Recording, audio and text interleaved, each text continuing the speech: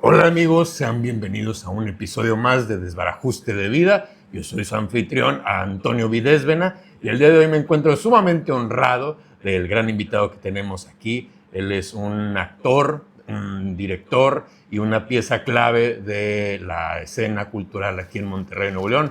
Con ustedes, damas y caballeros, el maestro Javier Serna. ¿Cómo estás, Javier? Muy bien, muchas gracias por la presentación. Estoy muy bien, gracias. Honrado por la invitación. Muchísimas gracias. Y bueno, este programa se llama Desbarajuste de Vida, por lo cual buscamos conocer el origen y la vida en el andar escénico de los creadores de la ciudad. Ajá. Entonces nos gustaría empezar precisamente por el inicio, donde nace Javier Serna.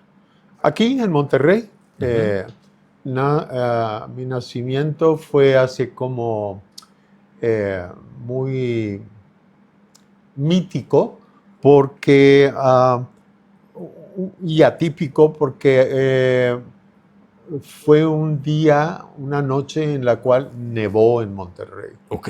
Lo cual ya es como una peculiaridad bastante Especial. claro.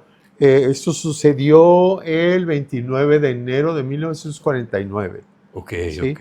Y yo creo que habrá nevado en la ciudad, no sé, 5, 6, 10 veces máximo a partir de entonces. Ajá. ¿Hijo de quiénes? Hijo de Felino Serna, mi padre, y Julia González de León, mi madre. ¿Cuáles eran sus profesiones? Mi madre era una mujer muy inquieta. Era como muy creativa, cantaba. Okay. Ella nació en la villa de Santa Teresa de Higueras, muy cerca de Monterrey. Y mi padre era un hombre que se dedicaba al comercio. Él nació en Doctor González. Okay. Entonces se conocieron en Higueras. Ahí nacieron mis dos primeros hermanos. Yo soy el último de una familia de 7. Okay. Y esa familia de 7 tenía que migrar para mejores oportunidades. Mi papá se vino a Monterrey. 2 de mis hermanos, los mayores, mi hermana y mi hermano, nacieron allá en la villa de Santa Teresa de Higueras, y finalmente el resto de la familia nacimos acá, en la colonia obrera, porque mi padre se empleó en la maestranza, le decían entonces, ¿no? La fundidora de hierro y acero. Ah, ok, entonces tu padre fue uno de esos empleados de fundidora cuando estaba en su máximo apogeo. Absolutamente. Y murió de cáncer de pulmón. Ah, eso también hay que decirlo. claro. Porque creo que estas empresas, estos lugares industriosos que le dieron la pujanza económica al Estado, pues también cobraron sus víctimas, ¿no? Sí. En términos generales y en términos de lucha social, ¿no? Sí, acarrearon todos estos padecimientos que ya después de muchos años mucha gente alrededor de la colonia obrera tuvo estos padecimientos, ¿no? Ya. A lo mejor el desbarajuste de tu programa o de vida, el desbarajuste de vida, encontraría como diferente o difícil estos temas. Pero una de las características por las cuales yo ingresé a las filas del teatro fue precisamente porque la escuela de teatro, que se fundó hace 50 años en la Facultad de Filosofía y Letras por el doctor Tomás González de Luna, uno de sus objetivos, él era miembro activo del Partido Comunista en ese tiempo aquí en la ciudad. Okay. Entonces, su idea de fundar un proyecto tenía muchísimo que ver con luchas sociales, tenía mucho que ver con equilibrar estas fuerzas nucleares de los, de las producciones, pues, capitalistas. Y entonces, desde un principio, la idea de la escuela tenía que ver con esa lucha social. Por eso me parece pertinente hablar dentro de mi historia familiar, de esta lamentable muerte de mi padre a propósito de de estas consecuencias industriales, de su ¿cierto? trabajo, sí. De su trabajo. ¿Cómo fue vivir de niño en ese Monterrey, principalmente en la colonia obrera? Bueno, yo creo que fue una aventura de libertad, creo yo, tendría que llamarlo así, ¿no? Yo he sido una persona privilegiada en muchísimos sentidos, ¿no? Totalmente afortunada también en muchísimos sentidos. O sea, ser el último hijo de una familia de 7, pues me permitió a mí tener ya una cierta posición de privilegio, porque mi padre ya se había instalado, ya tenía su casa, ya tenía sus, digamos, sus necesidades cubiertas, resueltas, claro. Ajá. Entonces, mi vida fue eso, una vida privilegiada en muchos sentidos, incluso con los mayores de la familia, ¿no? De mis hermanos. Vivir Monterrey en esos tiempos era vivir un ambiente de libertad plena, ¿no? Es decir, uno podía estar por las calles a la hora que le diera la gana, regresar a la hora que te diera la gana, jugar con los amigos en las calles sin ningún problema, ¿no? Entonces, si tú me preguntas cómo fue mi vida de niño en la ciudad de Monterrey, genial, genial. ¿Y como estudiante? Como estudiante... ¿En la primaria, por ejemplo? Sí, eso es chistoso, ¿no? Porque como la mayoría de mis amiguitos eran un poco mayores que yo y se estaban yendo a la escuela, yo luché por irme a la escuela en el colegio Naranjo, me acuerdo muy bien. Luché para que me aceptaran, bueno, mis padres lucharon para que me aceptaran cuando apenas iba a cumplir 5 años. Entonces, y yo creo que desde entonces no he parado, desde entonces he abarcado y abrazado esta vida. Nietzsche le llama pulsión por el conocimiento, ¿no? Yo creo que mi vida, obviamente a los 5 años, pues no tenía absolutamente ninguna clara conciencia acerca de lo que hoy sé que es la pulsión por el conocimiento. Pero instintivamente que un chiquillo acostumbrado a andar libre por las calles luchara para meterse al colegio, pues ya habla de cierto gusto, ¿no? por el conocimiento. ¿Y cómo fue cuando ya por fin lo tuvo? Es decir, cuando entró a la escuela. Maravilloso, genial. Sí. Yo me he caracterizado siempre por una cierta personalidad atípica. ¿Sí? Yo no puedo decir que soy un estudiante, que fui un estudiante estándar, porque no lo fui. Siempre estuve rodeado de arte en el sentido más, pudiéramos decir, natural de la palabra. Como te decía hace rato, mi madre era una mujer muy inquieta en términos artísticos. Ella cantaba, a ella le gustaba cantar. Toda mi familia, digamos, se caracterizó por tener estas voces para el canto, ¿no? Pero especialmente uno de mis hermanos, que ya falleció, se dedicó plenamente a la música. Una música no culta, pero sí una música bohemia, ¿no? Y para mí era,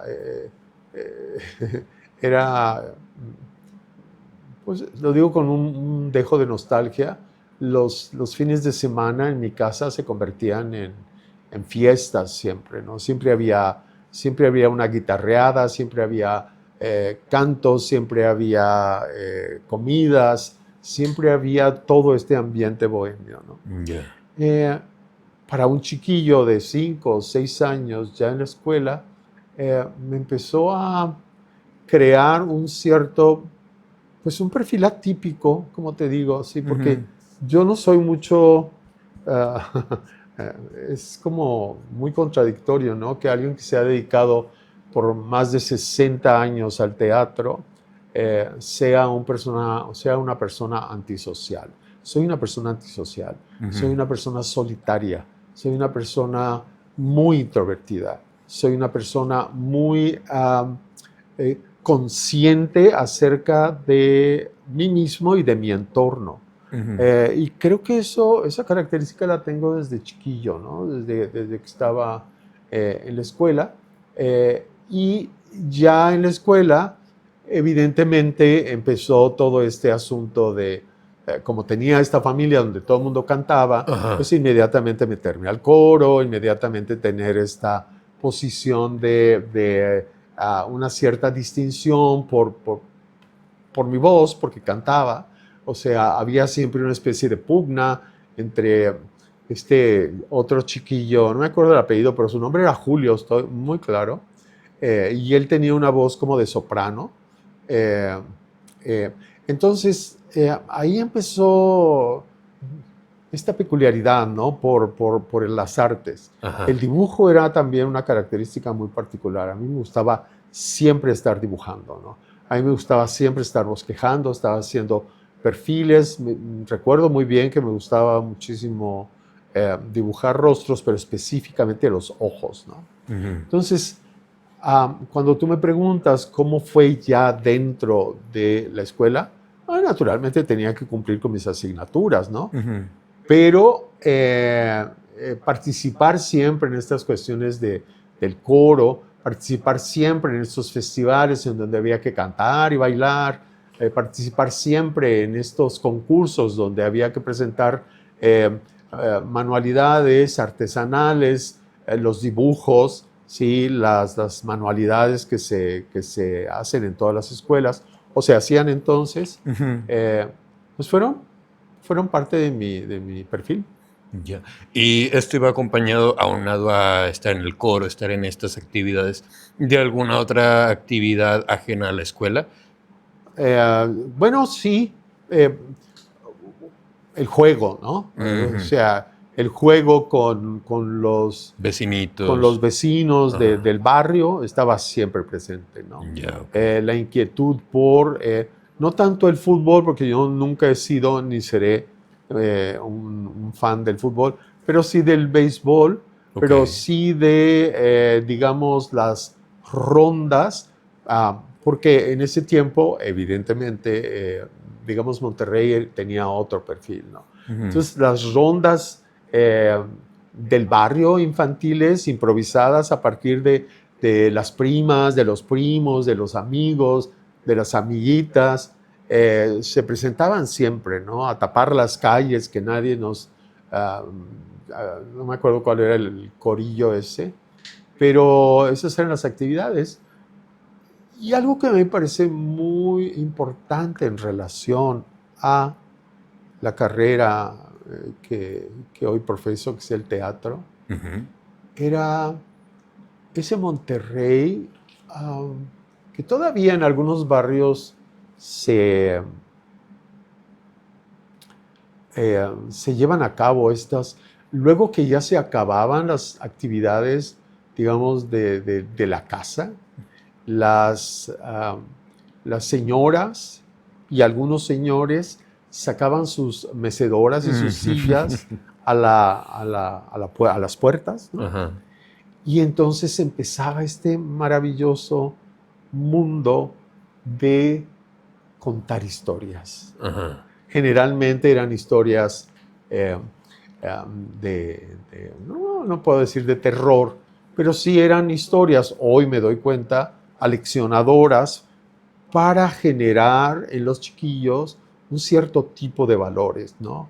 El Robachico, La Mano Pachona, todos estos cuentos tenían que ver con generar en nosotros un sistema de valores morales muy, muy concretos y muy específicos.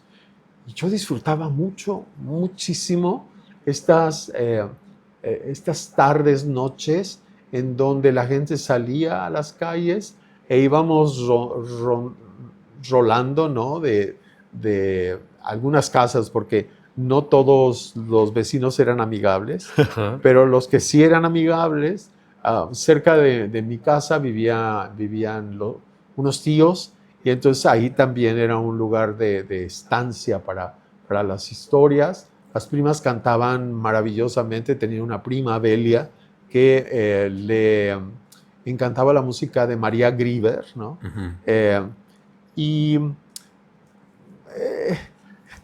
¿qué hacía yo después de la escuela? Todo eso era como muy reconfortante, ¿no? Toda esa historia de tradición oral, en donde, por ejemplo, te voy a decir, ahorita que estamos viendo a Shakespeare, había una leyenda que platicaba la abuela del finado Melquíades, que heredó en vida a sus hijos y terminó en la calle pidiendo caridad, ¿sí? Entonces, eso era así como muy, muy impresionante para un niño, ¿no? De 6, 7, 8 años. Pero luego, cuando yo llego al mundo del teatro y leo a Shakespeare y leo al Rey Lear, pues inmediatamente lo relacionaba con aquellas historias de tradición oral que se platicaban en los anocheceres, en los barrios, ¿no?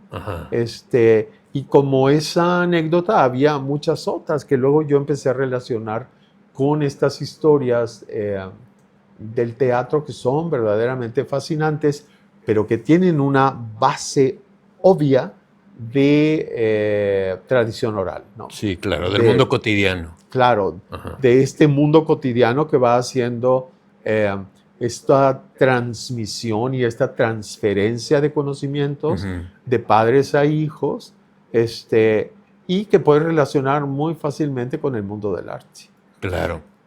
¿Y esto cómo va evolucionando a su adolescencia? ¿Siguió en la secundaria? Sí, mi casa familiar era digamos, una comunidad muy bien estructurada en términos de patriarcado, pero la que mandaba era mi mamá, ¿no? O sea, el matriarcado estaba siempre patente ahí, ¿no? Entonces,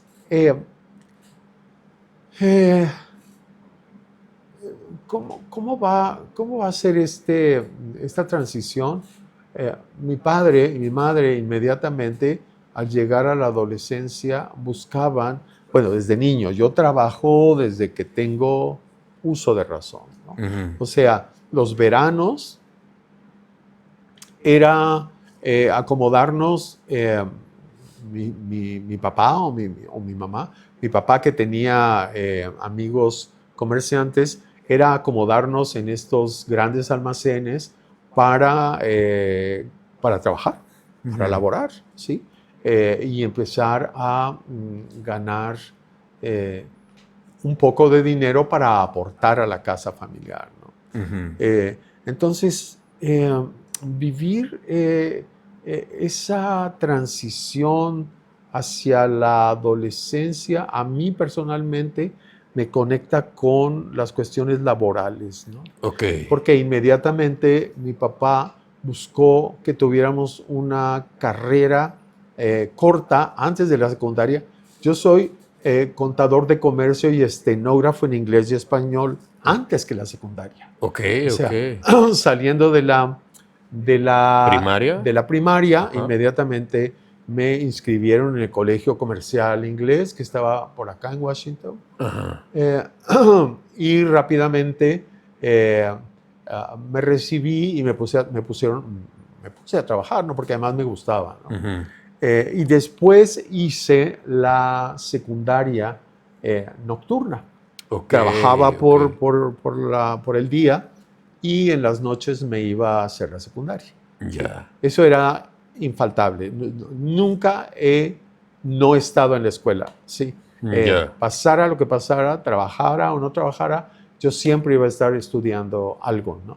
¿Y después de la secundaria siguió la preparatoria o buscó alguna otra especie de estudio? No, siguió la preparatoria. Ok. Yo estudié en la preparatoria, lo que ahora es el Centro Cultural Universitario. Ujú. Eh, Estudié en la preparatoria 3 nocturna también para Ujú. seguir esta misma mecánica, ¿no? De De trabajar y aunado a seguir estudiando. trabajar y seguir estudiando, ¿no? Ya. Entonces, ahí justamente en la preparatoria fue que formalmente yo encontré el mundo del teatro. Ujú. El maestro Enrique Fernández, bueno, ¿cómo se llamaban? Eh, consejos estudiantiles. Ujú. Había un líder, no recuerdo su nombre, que consiguió inmediatamente formar un club de teatro Ok. y llamaron al maestro Enrique Fernández. Eh, y empezamos a ensayar. Eh, Primero ahí en las aulas y luego el maestro nos llevó a el Teatro del Maestro que está justo por Washington, enfrente de la Alameda. Ah, ok, ok. Todavía está ahí el teatro, está en un sótano. Y empezamos a ensayar un proyecto, eh, El Juglarón de León Felipe, que por cierto acaba de morir hace una semana o dos, creo, si Ujú. mal no estoy informado. Eh, y entonces estrenamos El Juglarón eh, con tan buena fortuna. En ese tiempo se daban premios en la ciudad, ¿no? Máscaras, creo que eran máscaras de bronce o algo así. Ujú. Entonces, luego de estrenar, me nominaron como la revelación eh, del año.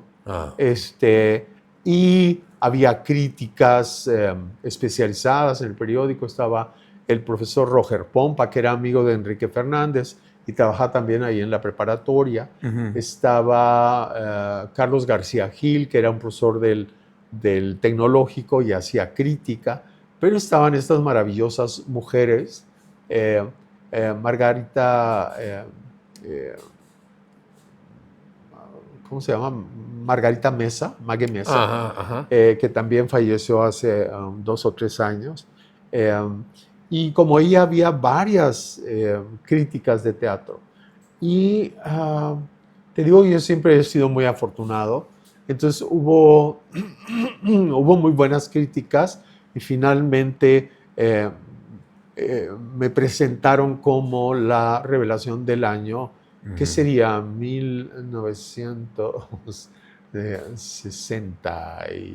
1966, 67. Fue Ajá. antes de 68, sí, eso sí lo recuerdo muy bien. Mencionaba que ese fue, por así decirlo, el ingreso oficial al mundo del teatro. Pero Sí. antes, en la secundaria o en la primaria, ¿tuvo algún acercamiento de algún tipo? Bueno, sí, algunos sainetes, pastorelas, Ah, ok. pero nada formal, nunca Ya. nada formal. Formal hasta, cuando yo hablo de ser afortunado, me refiero a que incluso estrenarme en el teatro con un texto de León Felipe era como un gran Mm. privilegio y muchísima suerte, ¿no? Claro. Porque, digámoslo claramente, yo era bastante primitivo en ese momento, o Ujú. sea, todo era a partir de cuestiones intuitivas, Ujú. pero nada formal todavía, ¿no? Ya. Es justamente al llegar a la preparatoria y al llegar al grupo del teatro del maestro Enrique Fernández que empezó a surgir esta pulsión por el conocimiento y empecé a interesarme por lecturas. Ya, ok. Menciona que había este mundo, en el mundo del teatro existía esta crítica, existía este mundo vigente ya, o mundo ya activo.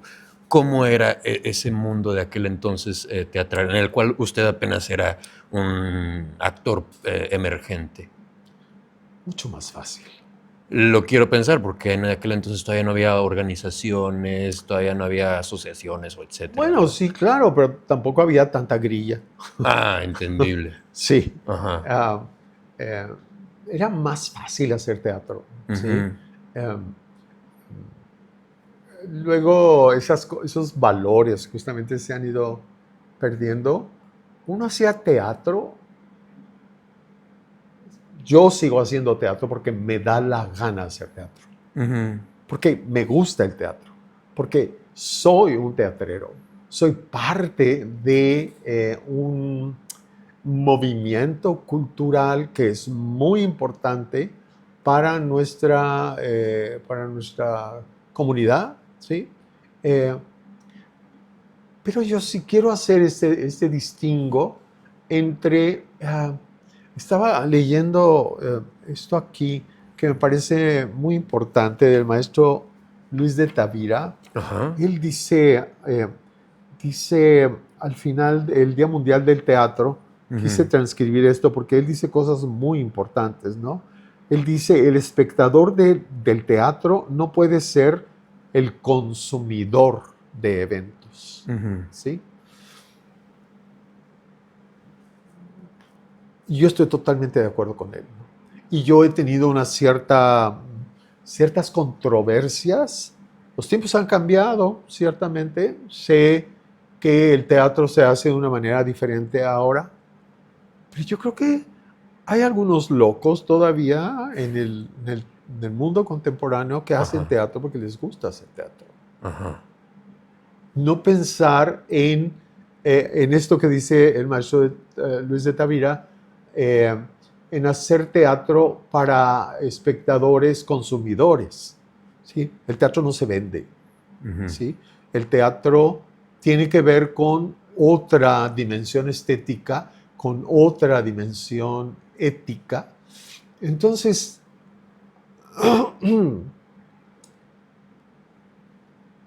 hasta en eso yo he sido un privilegiado, porque yo cuando empiezo a hacer teatro, era muy fácil, Ujú. era muy fácil subirte al escenario, eh, eh, si podías o no podías hacer un análisis de texto en las primeras trabajos que yo hice, era lo de menos, hacías teatro, ¿no? Te subías al escenario y actuabas, ¿no? Hoy día creo yo que muchos de mis compañeros, muchos de mis colegas, lamentablemente lo tengo que decir, hacen teatro para consumidores de teatro. Ujú. ¿Sí? Claro, claro, claro.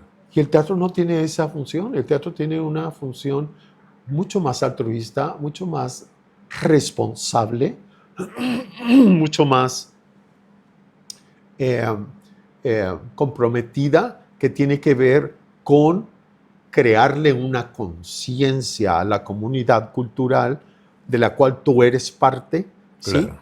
Y entender, lo dice también el maestro Luis de Tavira de una manera muy fácil, ¿no? ¿Cuál es tu acción social, ¿no? Él dice, bueno, el teatro tiene mucho que ver con la música. La música, dice él, es movimiento, ¿sí? Y del otro lado está todo lo material, eh, como puede ser, él menciona la arquitectura, en donde toda esta fuerza de la música en movimiento, la compresión y las fuerzas de lo arquitectónico van a crear estas escenografías y estos edificios, ¿no?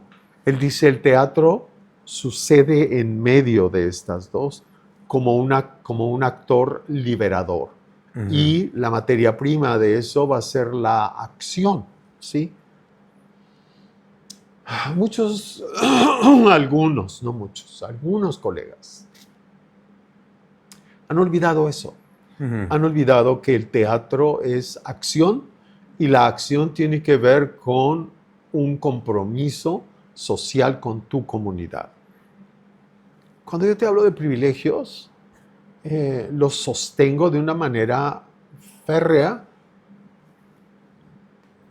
No fue de gratis, pero sí yo estuve en el momento adecuado, en el lugar adecuado, ¿no? Ujú. Es decir, cuando después de esta experiencia con el juglarón, terminé la preparatoria y la gente que estuvimos inmersos en ese Taller. taller, fundamos Ajá. un pequeño grupo, ¿no?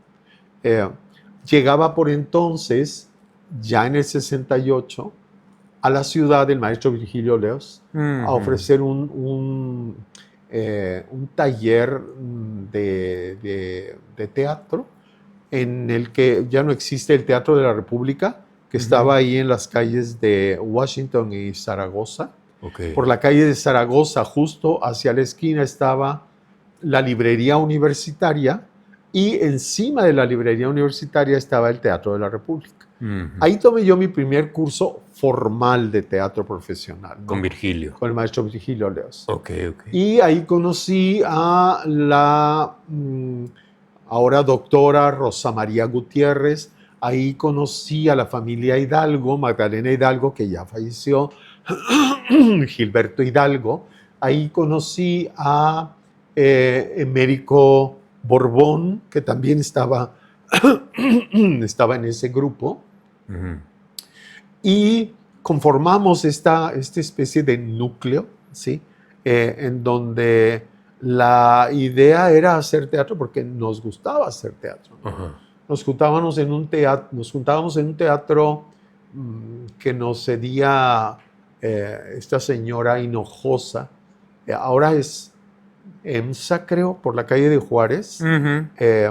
Y ahí había un teatrito que se llamaba el Teatro El Grillo. Ok.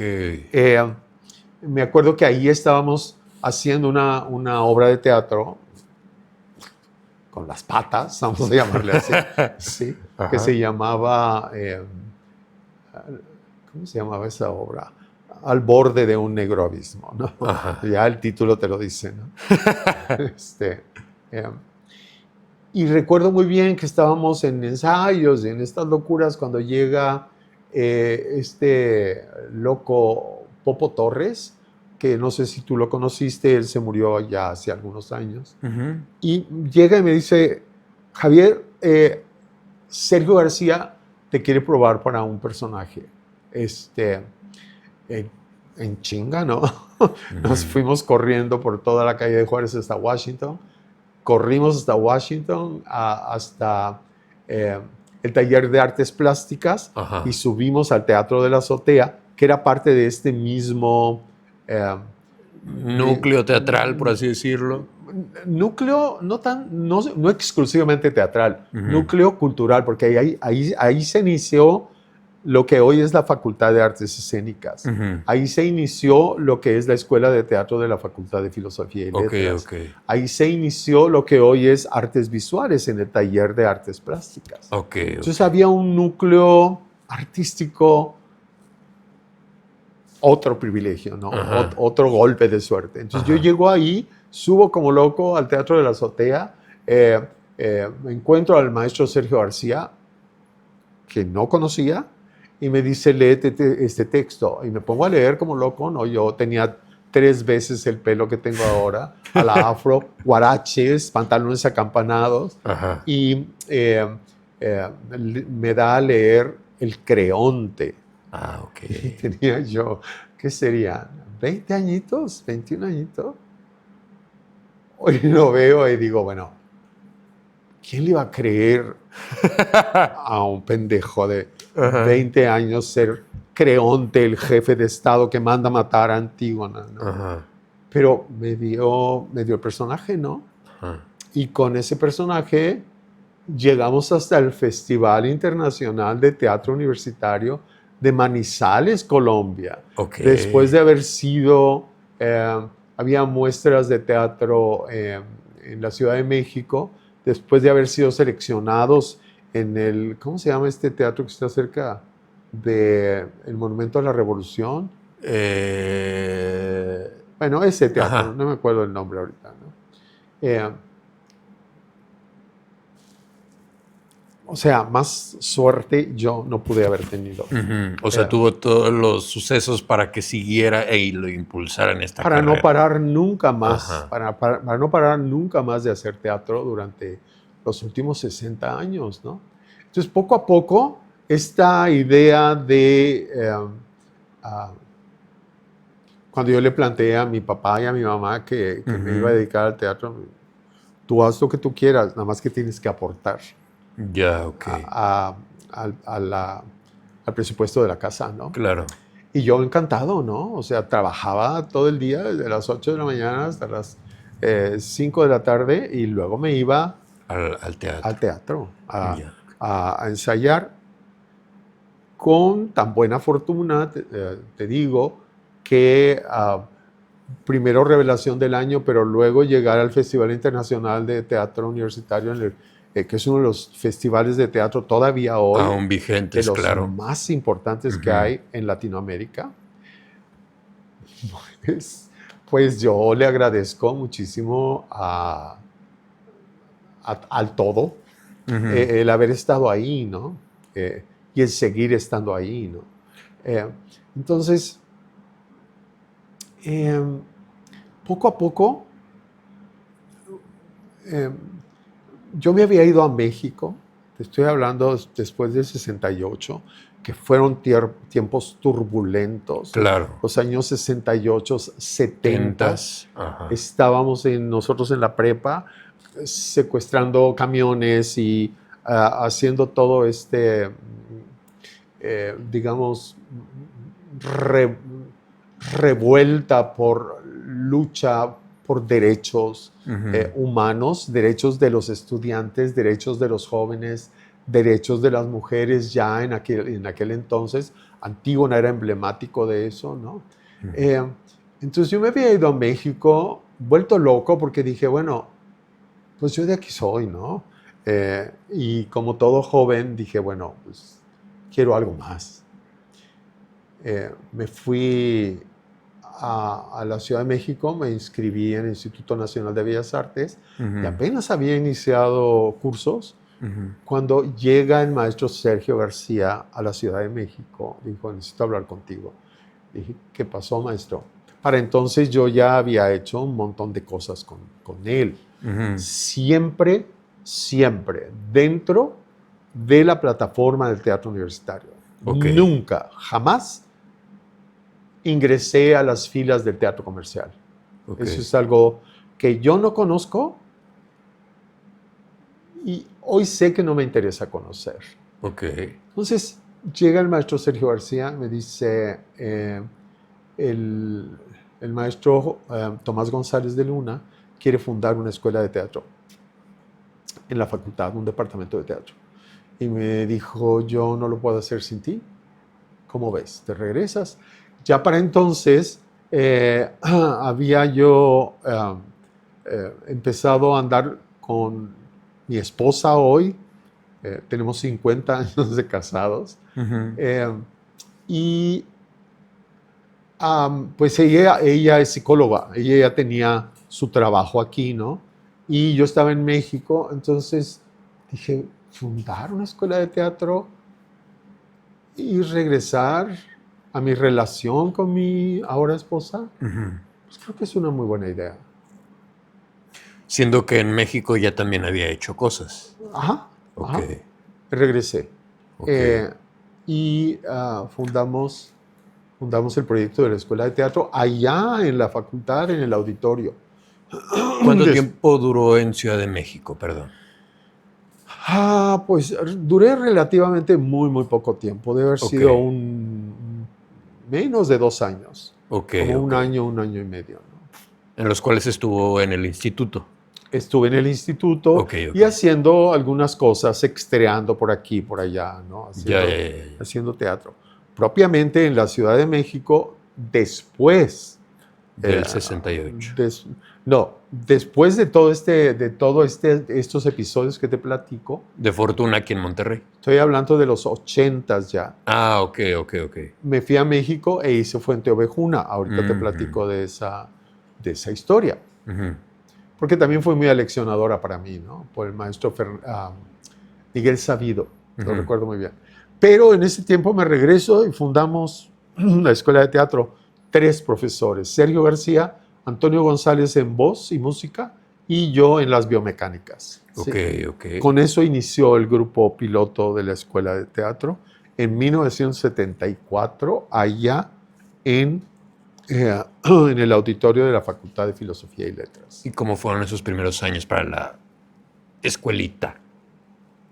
Dramáticos, Ajá. dramáticos, porque la escuela siempre ha sido esto que es una escuela taller, ¿no? Entonces no le decían así a la escuela, pero hoy yo, después de haber fundado la compañía de teatro Universiteatro, creo que el concepto de escuela taller le viene muy bien a este lugar, ¿no? Eh, eh,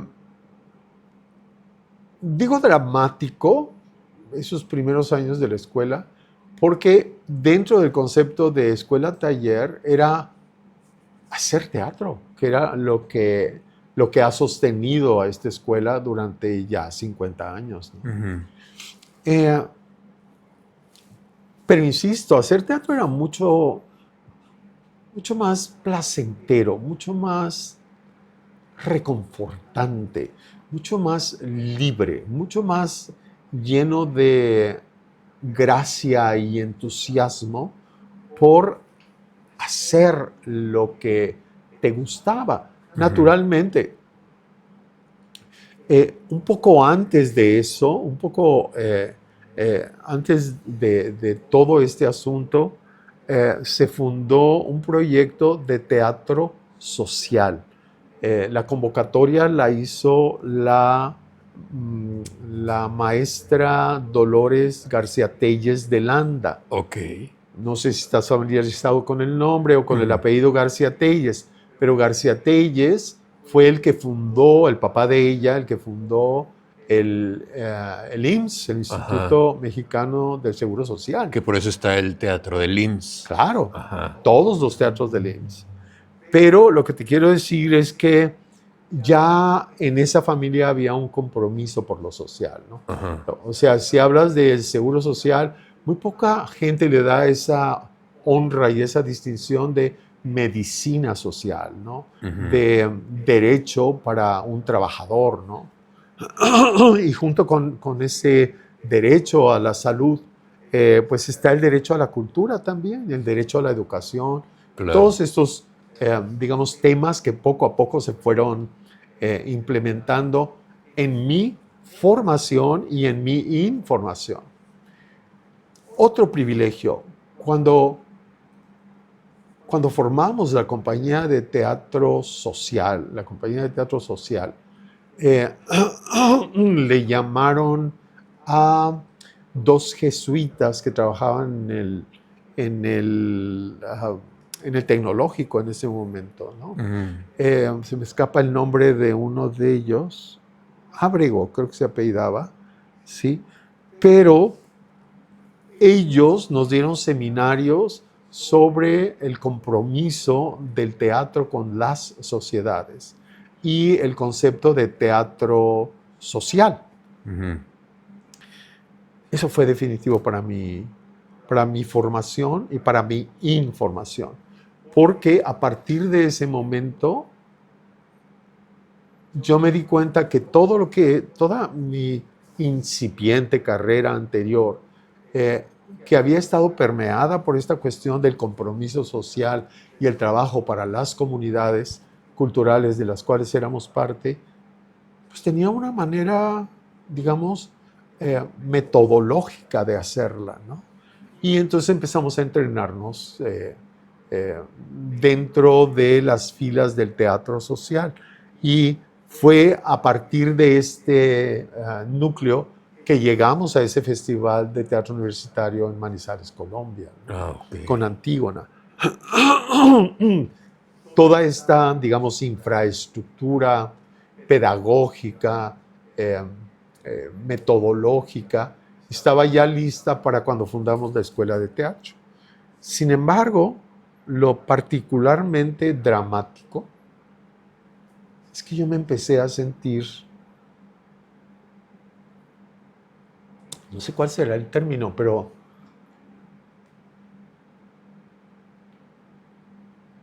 culpable de enseñar a jóvenes que llegaban, yo mismo era un joven, que llegaban a la escuela de teatro y yo les enseñaba lo que sabía, lo que había aprendido en el escenario, pero no tenía una metodología, no sabía lo que era enseñar y me empecé a sentir profundamente culpable. ¿Sí? Ok. Me empecé a sentir profundamente fraudulento. Estábamos haciendo en ese momento Ecus. Yo había traducido la obra. Yo estaba haciendo el doctor Dysart. Fernando Leal, que era un alumno de la escuela de teatro, jovencito, hacía el Alan Strang. Y recuerdo que esa obra fue traumática para mí porque yo empecé a tener problemas conmigo mismo, ¿no? Justamente por eso. Entonces un día hablé con el maestro, con Sergio García, y le dije, ¿sabe qué, maestro? No puedo seguir, yo no puedo seguir engañando gente, entonces necesito hacer algo. Sergio, que era muy parco, me dijo, pues, haz lo que tengas que hacer. O sea, algo así como, me vale madre, ¿no?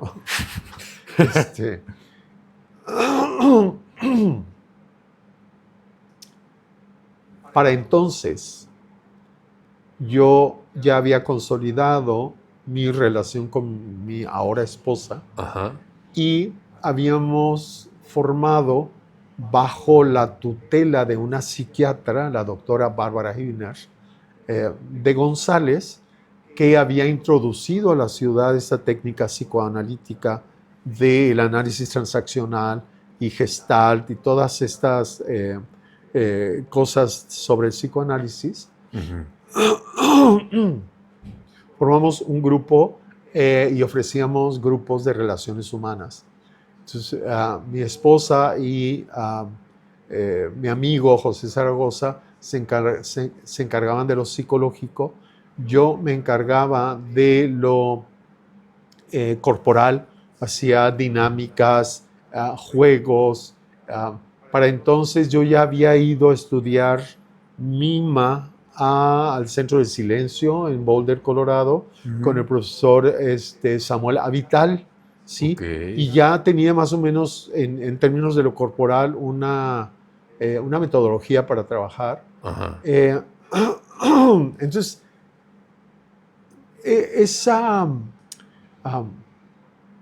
ese episodio de mi vida, esa estructura y emparentamiento con el psicoanálisis me dio ciertas armas, ¿no? Ajá. Pero sobre todo me dio una posibilidad de sanar mi espíritu fraudulento y culpable, ¿sí? Y entonces solicité una beca ante el desapego del maestro, que dijo, haz lo que quieras. Solicité una beca a la universidad. Para entonces yo ya tenía, ¿qué te gusta? 15 años trabajando para la universidad, ¿no? O sea, desde los 16, 17 años en la prepa hasta ese momento. En ese momento el rector de la universidad era el doctor Luis Eugenio Todd, que era parte del grupo de los médicos al cual pertenecía Bárbara Hibner. Entonces, Bárbara Hibner me apoyó. Yo fui a hablar con el doctor Luis Eugenio Todd y dijo, hecho, consíguete una escuela. Entonces he aceptado y te apoyamos. Entonces nos fuimos, mi esposa y yo, recuerdo, encontré, sí, no había todas estas maravillas de las internets, estas cosas, pero a matacaballo encontré lo que fue una bendición para mi formación profesional, que fue el Drama Center London en Inglaterra. Ok. Nos fuimos, recuerdo yo, mi esposa y yo, dejamos a ya teníamos hijos. Ajá. Los dejamos con mis suegros en Piedras Negras.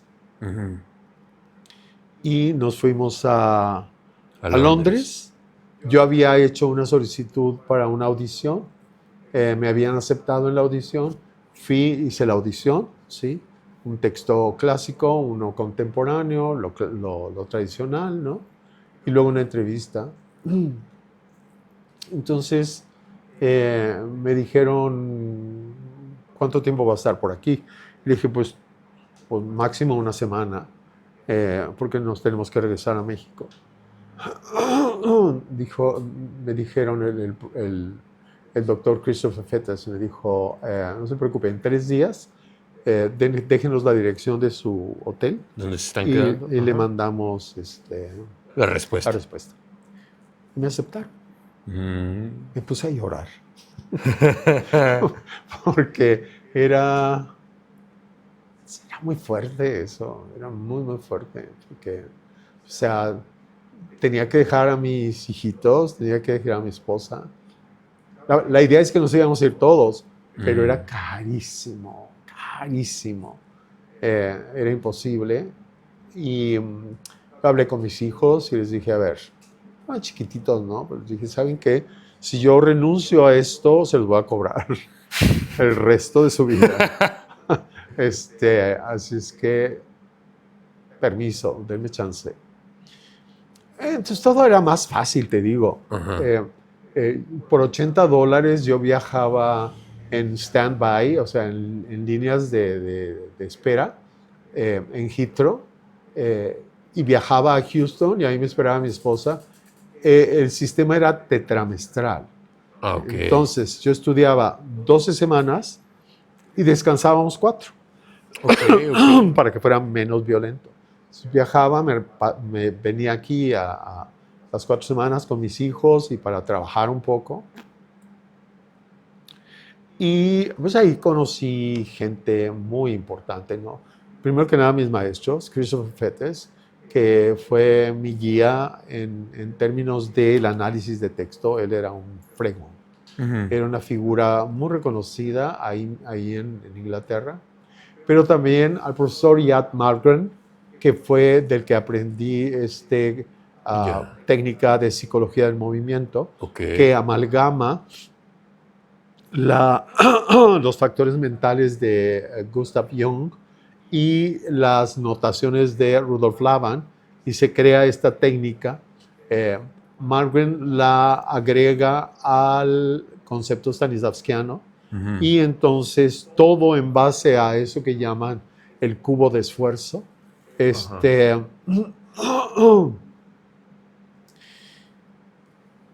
Conocí a Colin Firth, era mi compañero de clase en el Centro de Drama de Londres. Yolanda Vázquez, una española.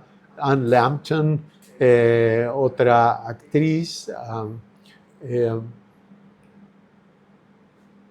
Y había un tronco común en la escuela y luego una especialidad. La tentación de convertirme en actor, pues era mucha, ¿no? Pero yo había ido allá por un compromiso personal conmigo mismo. Entonces, había 3 especialidades: actuación, dirección y instrucción profesional. Yo me hago mi especialización como instructor profesional de arte dramático. Y ahora sí, me regreso a la escuela de teatro y me pongo a trabajar profesionalmente como profesor. Quiero pensar que ha de ser un mundo garrafal de diferencia, pero ¿cuál era la diferencia del mundo teatral de allá al de aquí? Garrafal. Yo no puedo olvidar, porque apenas llegué, pues era como la novedad, ¿no? Entonces me invitaban a hacer, estaban montando Hamlet o una cosa así, la compañía del maestro Luis Martín.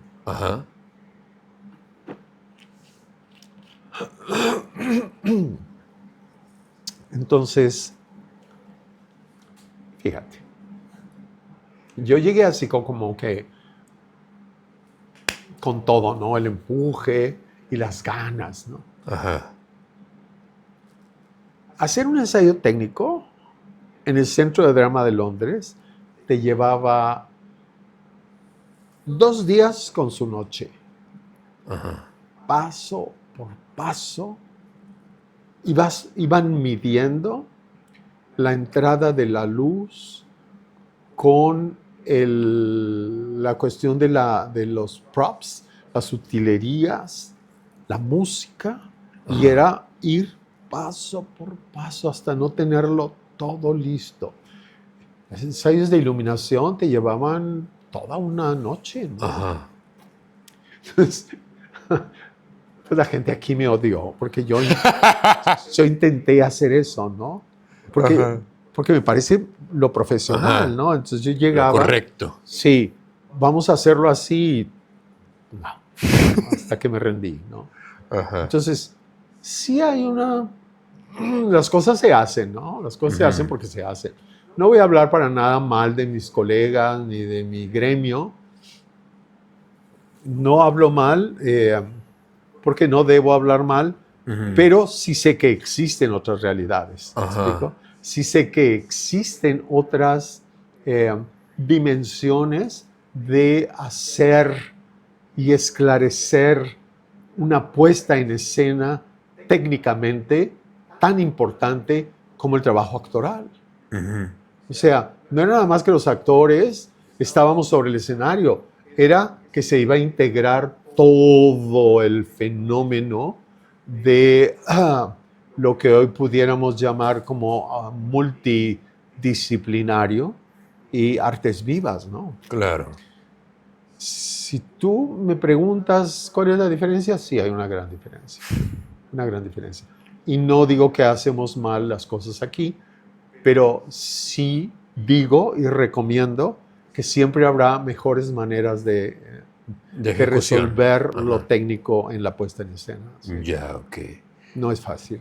Y aunado hablando de estas diferencias, ¿cómo era la vida del actor en Londres a la vida aquí en Monterrey? Bueno, yo conozco recién estoy conociendo a un joven actor, creo que se llama Tobias Rangel. Ah, ya, estaba medio chiscado. Sí. Sí.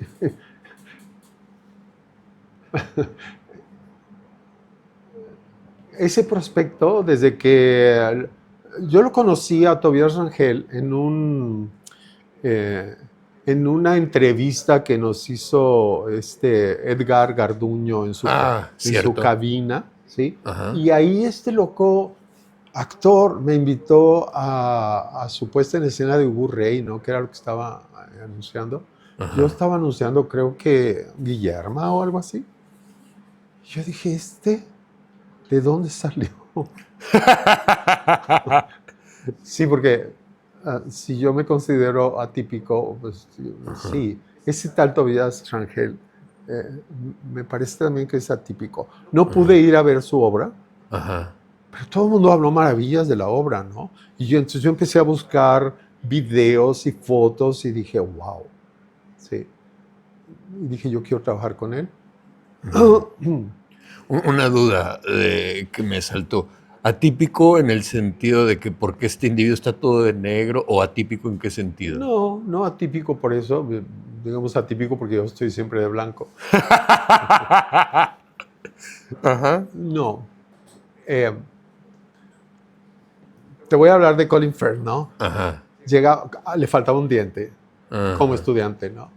Y llegaba con una gabardina de leather que se había encontrado tirada en algún basurero. Sí, era gente absolutamente común y corriente. ¿Sí? Gente como el tal Tobias, que yo decía, bueno, porque de repente nosotros somos un poquito sofisticados. De repente nosotros, no quiero hablar mal de mi gremio, ¿no? Pero sí somos un poquito, o muy, muy pagados de nosotros mismos, ¿no?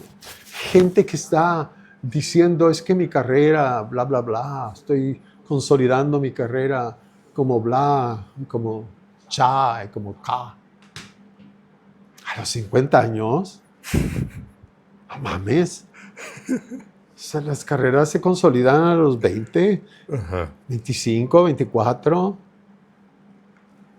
O sea, haz tu trabajo y no estés chingando, ¿no? Perdón Ajá. por el lenguaje, pero No, es bien válido aquí. Sí. de repente te digo, de aquel momento en el que fundamos la Escuela de Teatro y yo entré con el maestro Sergio García, te digo que era mucho más fácil hacer teatro.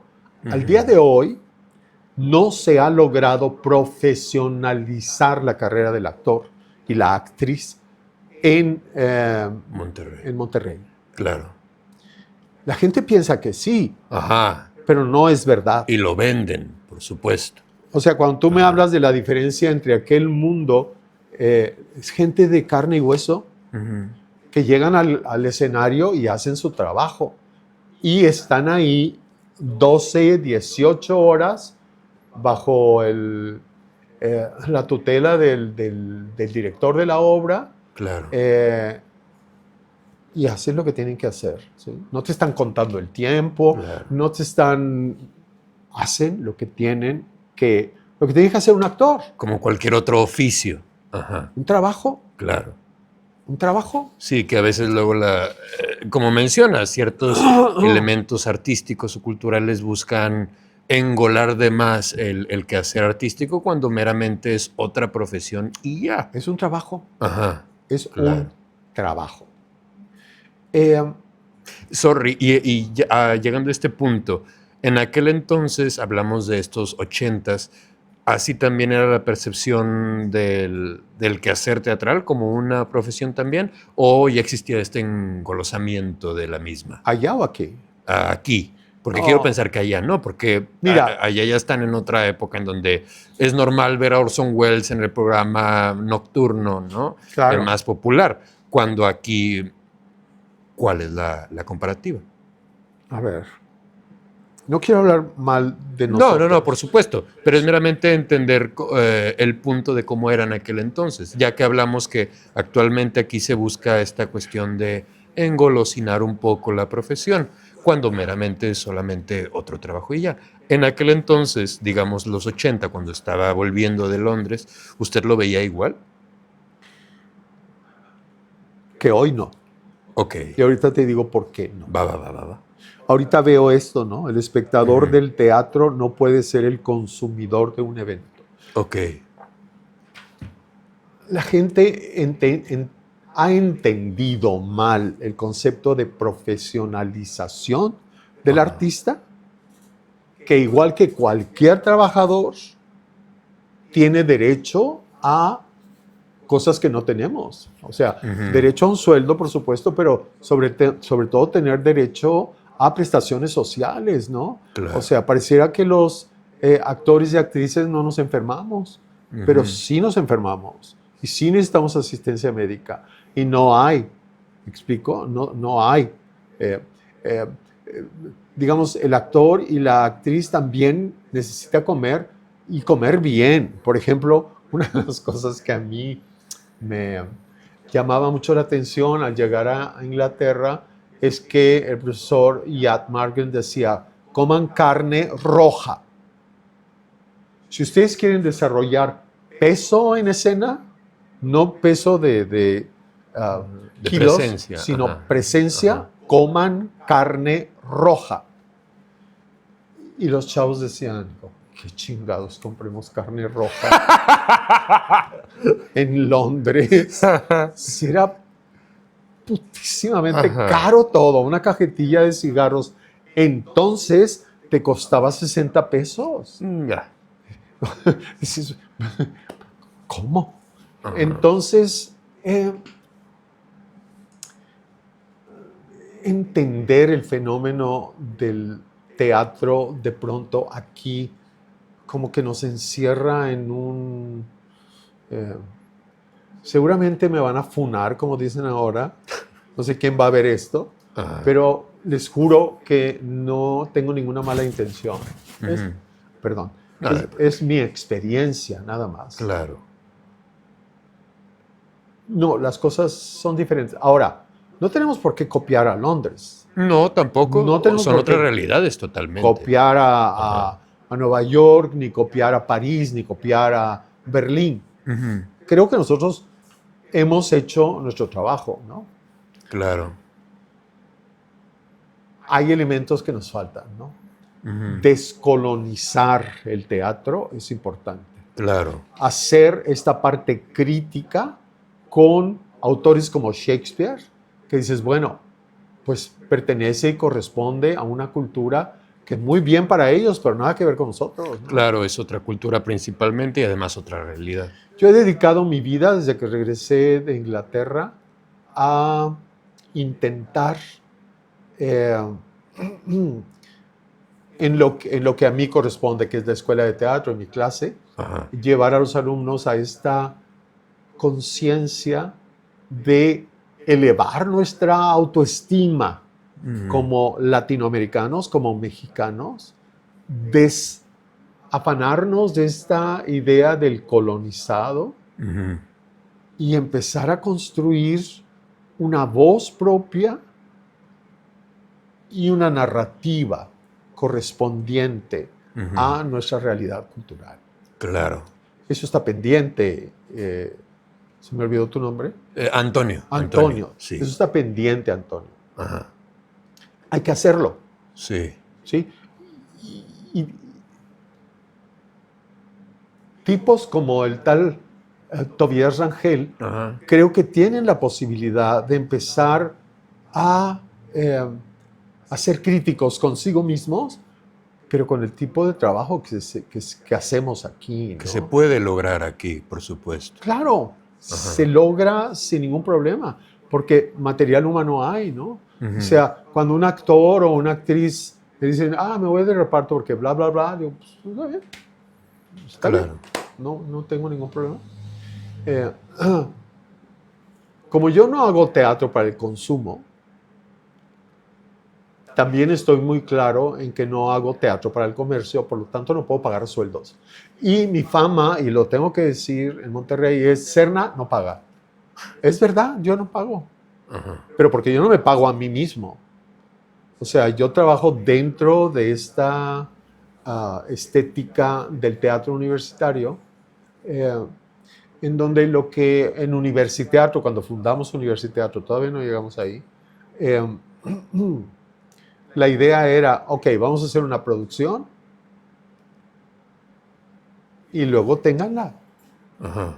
O sea, ahí está la producción, explótenla, véndanla, distribúyanla. Ajá. ¿Sí? Pero esa es otra cosa de nuestros artistas, ¿no? Tienen esta cuestión paternalista de tú tienes que hacerlo todo por mí, yo nomás voy y actúo. Y trabajo. Antes de llegar como más al presente actual, volviendo un poco al tema de cuando ella regresa de Londres y buscaba con esta ideología y aunado allá con esta preparación que le pudiera ya quitar esta culpa de les estoy picando los ojos a mis estudiantes porque les estoy enseñando absolutamente nada.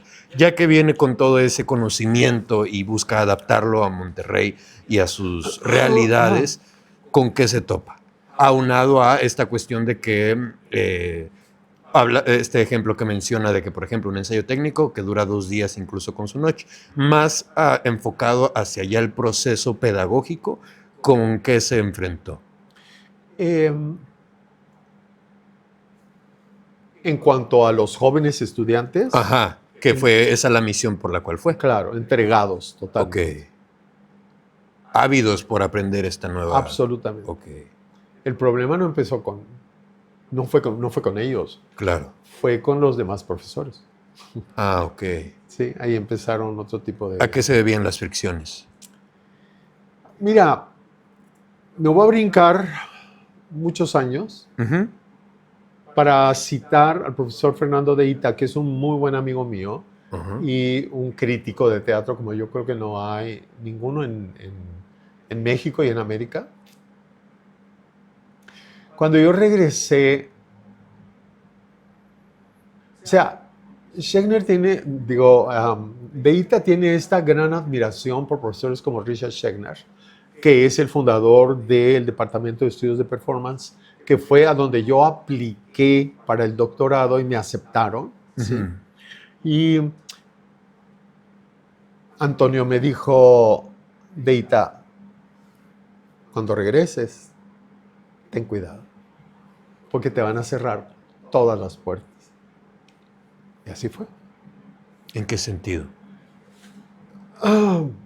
O sea, me sacaron de la escuela de teatro. Yo me había ido de la escuela de teatro para regresar a la escuela de teatro. Más preparado. Igual que me había ido a Inglaterra para trabajar, ¿no? Toda esta cuestión de las artes vivas y el performance. Me sacaron 13 años de la escuela de teatro. Me mandaron a los colegios de la Facultad de Filosofía y Letras. Igual a mí me valió madre, ¿no? Porque, o sea, tengo 76 años cumplidos y una de las grandes ventajas de tener esta edad es que si la aprovechas con sabiduría y madurez, tu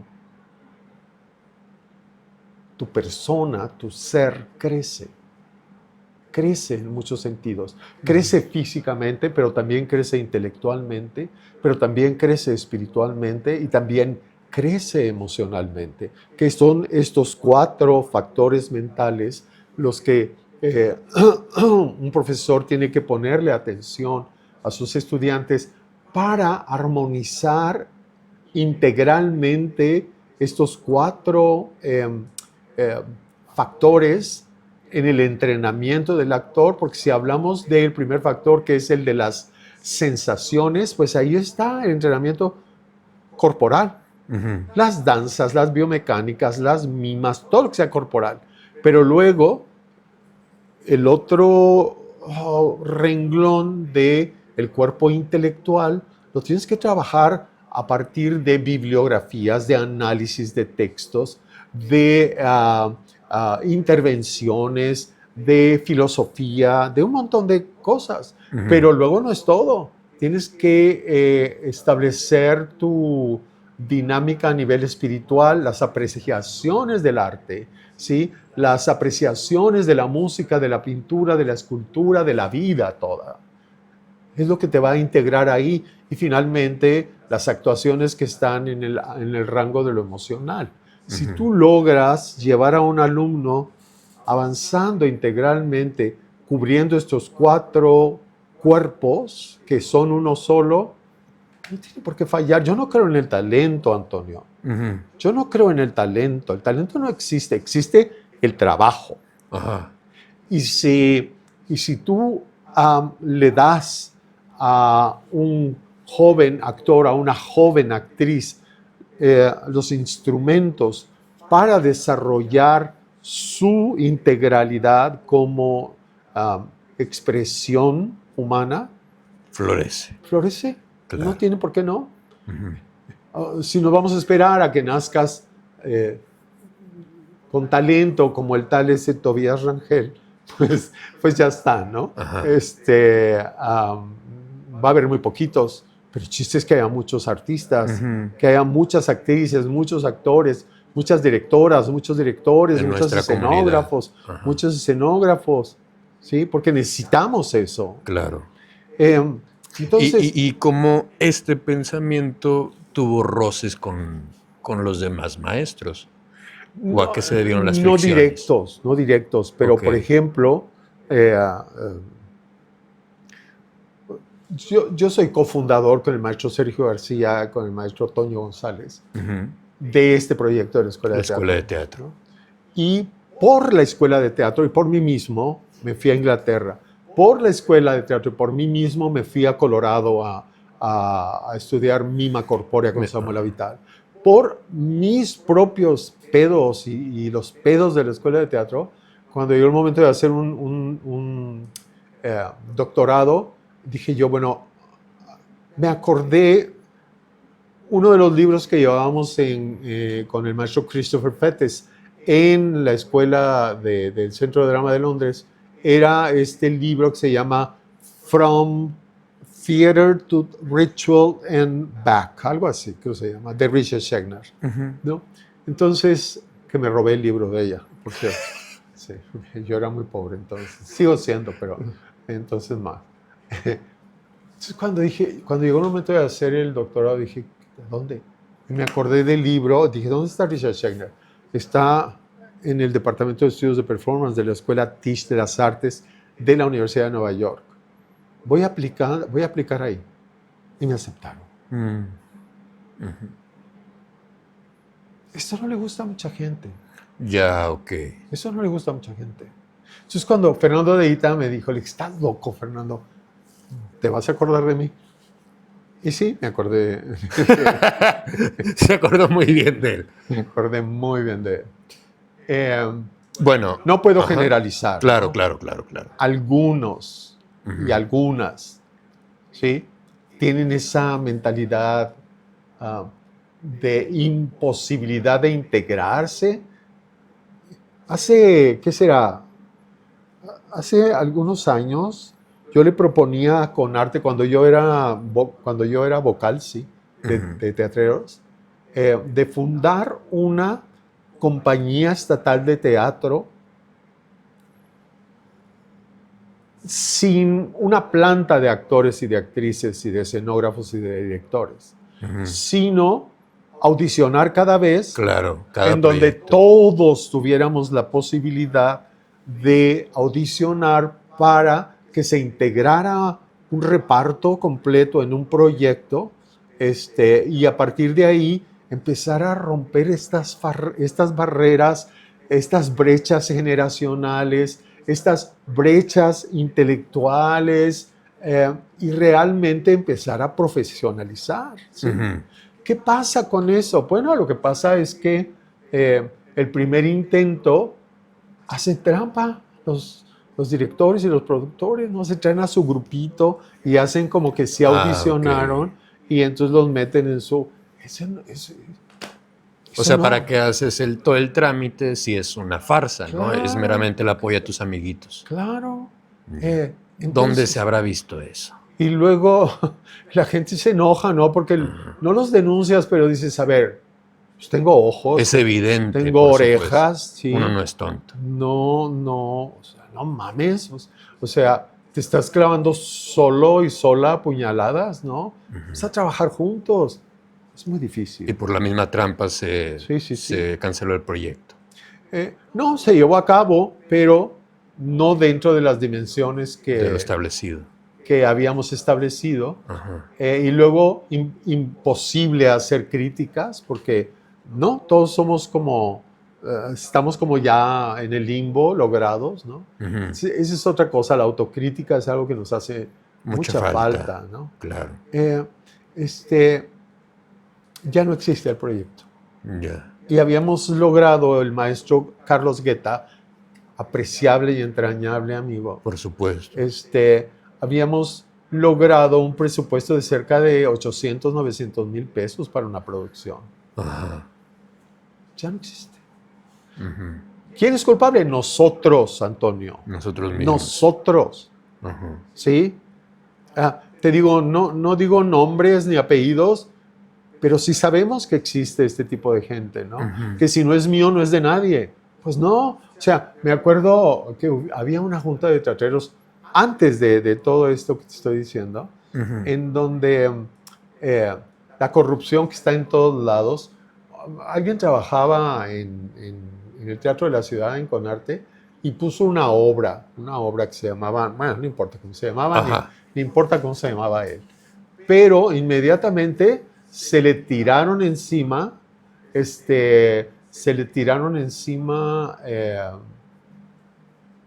todos los teatreros del mundo, ¿no? Claro. Y entonces, no, está mal, y desaparezca el proyecto. No sean pendejos. Si ya se logró un apoyo de tantos miles de pesos, ¿para qué perderlo? ¿Para qué lo tiran? O sea, ok, hubo un error, ya está, lo castigamos y se acabó. Pero lo que están haciendo ustedes es desaparecer el proyecto, y desapareció también ese proyecto. En represalia a esos, se llevan a todos. Absolutamente. Eso es una tontería. Es una tontería. la gente que se llama profesional, el profesionalismo es otra cosa. Ajá. El profesionalismo es meter el hombro por tu colega y por tu compañero y trabajar eh, en un... Una sinergia. en una sinergia, pero en un organismo de intereses y valores en común para todos, ¿sí? El más viejo que puedo ser yo, creo que hay uno o dos más viejos que yo por ahí, no diré nombres, Ajá. pero hasta el más joven, Ujú. y ahí es donde yo entiendo esta idea del teatro universitario.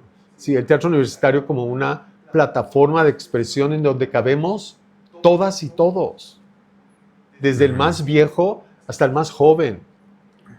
Porque me acuerdo, le platicaba a un amigo mío, que otra cosa que hicimos Guetta y yo, le mando un abrazo al Guetta, hace mucho que no lo veo, Ajá.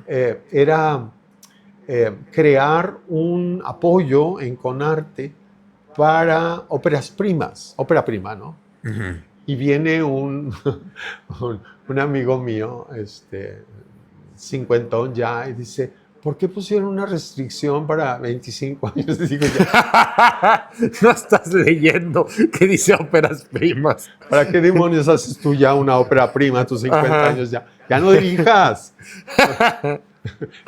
Yo me río mucho con esas cosas. Ajá. Me llevaba muy fuerte con él, pero ese sistema de valores está arraigado en la gente, ¿no? Ajá. Está arraigado en muchos y muchas de nosotros y nosotras, ¿no? Entonces, pues sí, me sacaron más de una década del proyecto. Ujú. Ahora estamos regresando.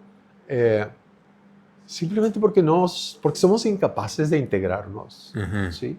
Somos incapaces de co-laborar en el teatro. Hace rato te dije que no había llegado a un problema que diferencia el tiempo en el que yo hice mis primeros trabajos sobre el escenario Ujú. a cómo se hacen ahora, ¿sí? Con arte. Eso vino a matar el espíritu de libertad en la creación escénica. Ok. Eso me parece importante porque justamente era una de las preguntas que me surgía.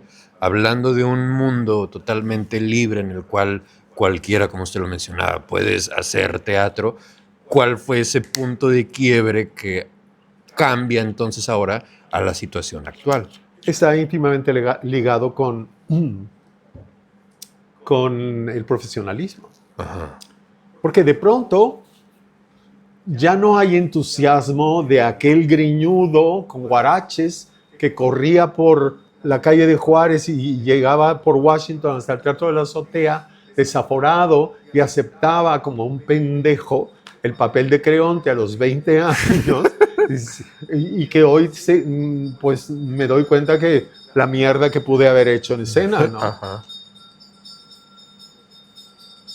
Ahora, y te estoy hablando sin ningún tipo de envanecimiento, Ujú. de alguien, como dice mi jefe, que tiene las credenciales para trabajar estos proyectos, ¿no? ¿Qué pasa? Que de pronto hay becas, Ah, hay apoyos, ¿sí? ya. No está mal. Claro, claro, claro, claro. De ninguna manera está mal que haya No. apoyos para los teatreros. De ninguna manera está mal que la gente quiera esos apoyos para trabajar. Ujú. Pero se creó un Un desbalance. desbalance Ajá. entre la preparación profesional del artista y los apoyos y becas para los proyectos. Ajá. Entonces, de repente, ya sabes, mi fama seguramente el tal Tobías Rangel ha oído hablar de eso también. De Serna, no paga. Se chingará a su madre Serna, ¿no? Ujú. De repente yo empecé a notar que estaba haciendo mi casting para un proyecto y llegaba alguien, ¿no? Oye, fíjate que estoy haciendo tal o cual obra y me gustaría ofrecerte tal o cual personaje. Mm. Una gran actriz, sí, de la escena local. Un día estábamos haciendo El Reino de don Raúl Rangel Frías, una adaptación que había hecho el maestro Fernando de Ita, precisamente. Y yo dije, bueno, esta idea de las compañías en donde estemos todos, ¿no? Desde los más jovencitos hasta los más viejitos.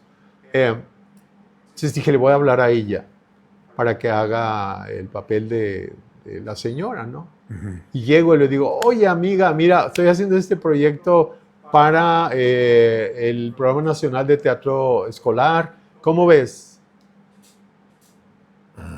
Y me hace así. Y le dije, pues sí se paga en el teatro escolar, sí paga, ¿no? Hay un presupuesto. Sí, pero yo vivo de esto, entonces, primero dime cuánto. Le dije, yo te hablo después.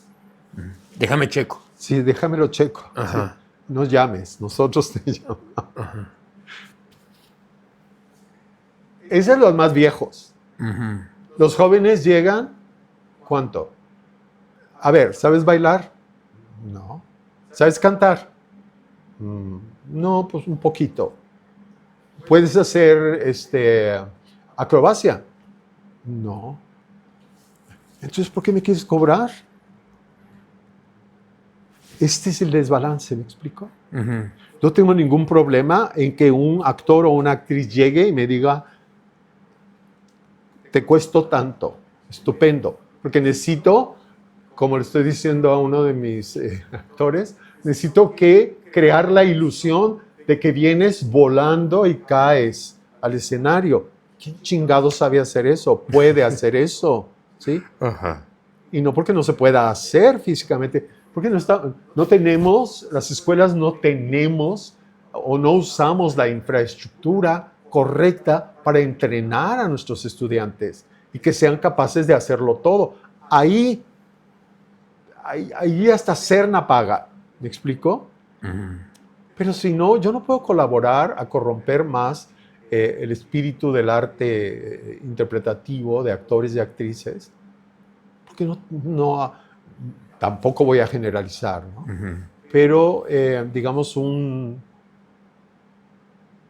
¿qué será? Un 80% no tiene el nivel de entrenamiento profesional que requiere un actor para entrar dentro de la categoría del teatro profesional.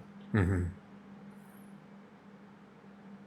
Pues, me van a funar, me van a cancelar si alguien ve esta cosa, pero no lo digo con mala intención. Así es. ¿O no crees, Antonio?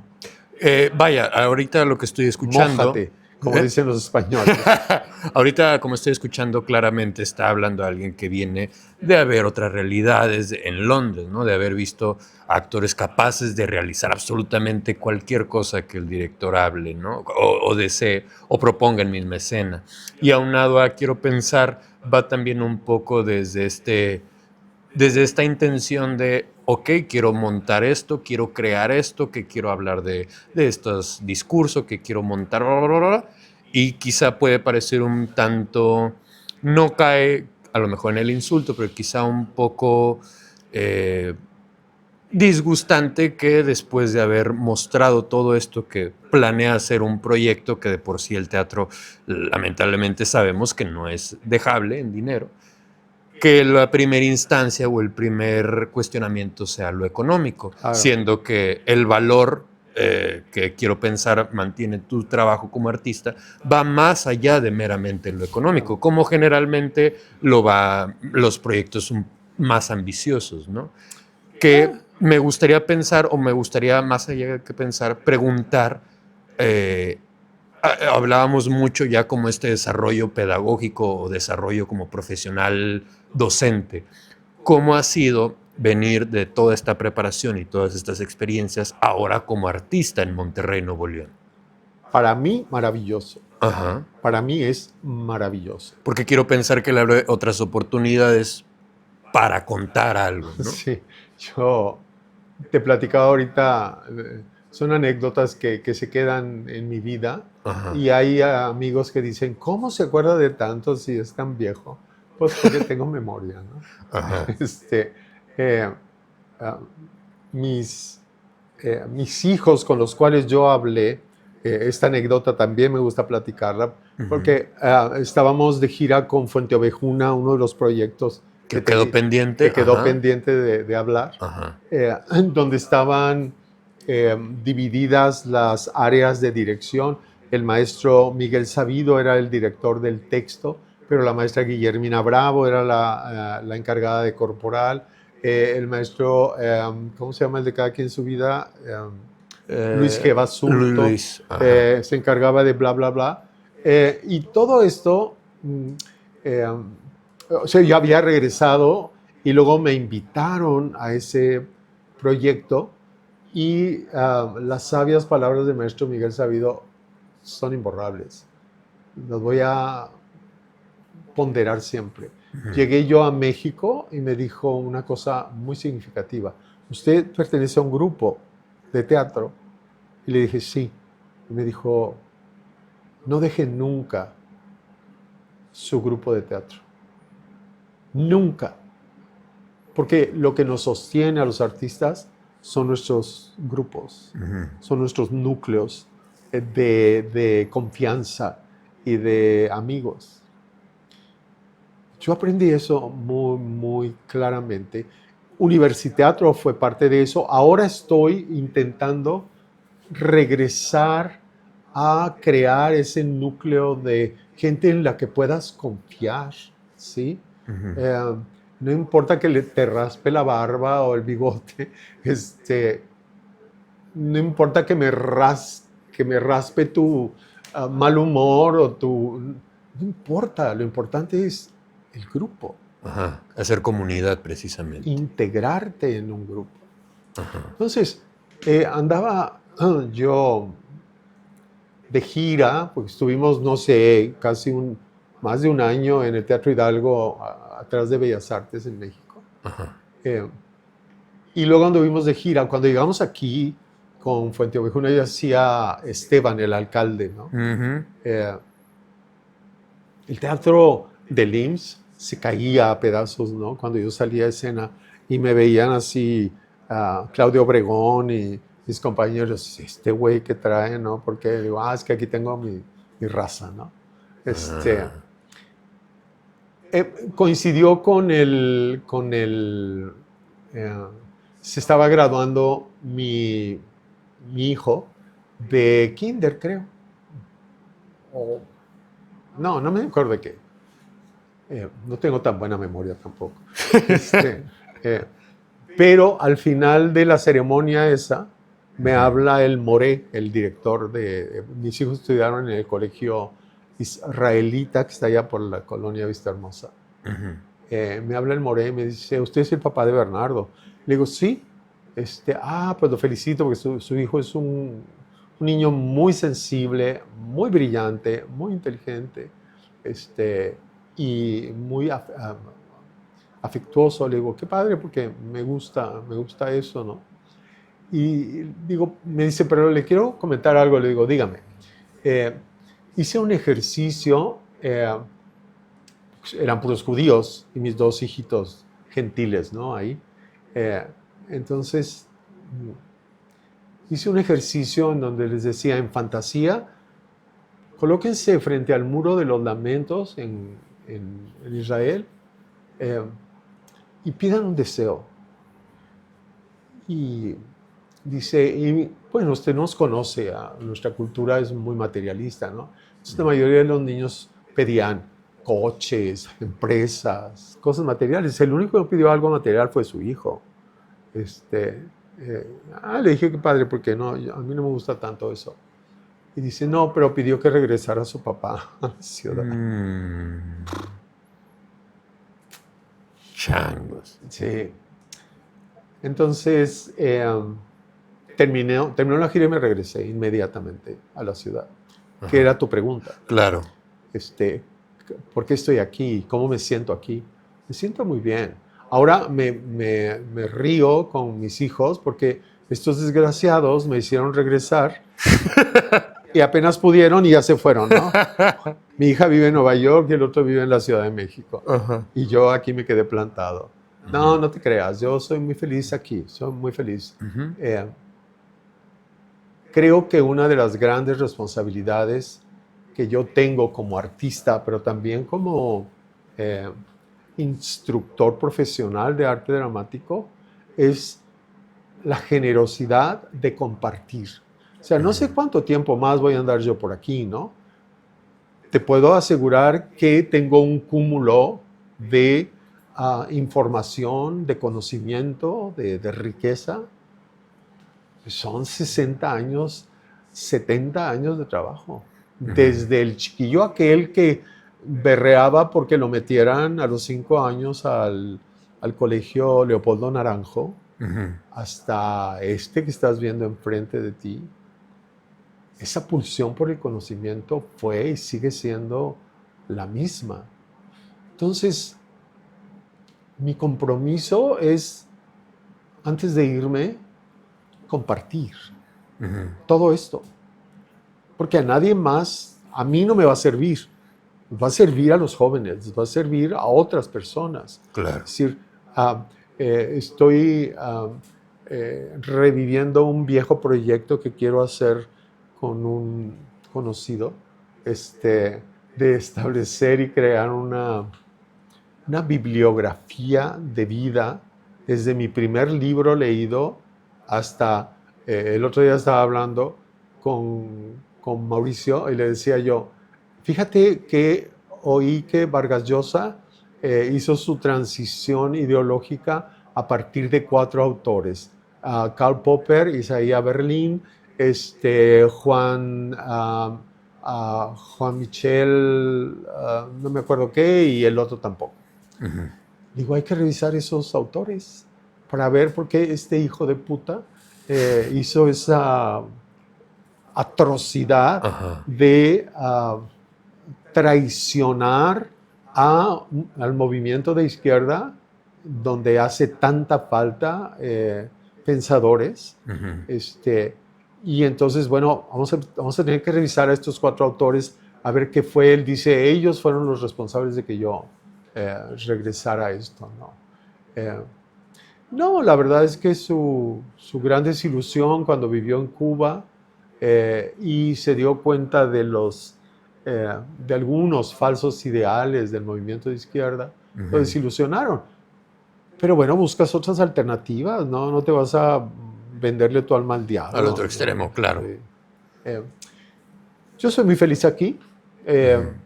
Creo que puedo colaborar por un buen rato todavía con la comunidad teatral, con la que se deje. La que no se deje, pues está bien, ¿no? He vivido una vida plena y feliz. Soy libre. Soy libre, muy libre. En el sentido más amplio de mi cuerpo físico, de mi cuerpo intelectual, de mi cuerpo espiritual y de mi cuerpo emocional.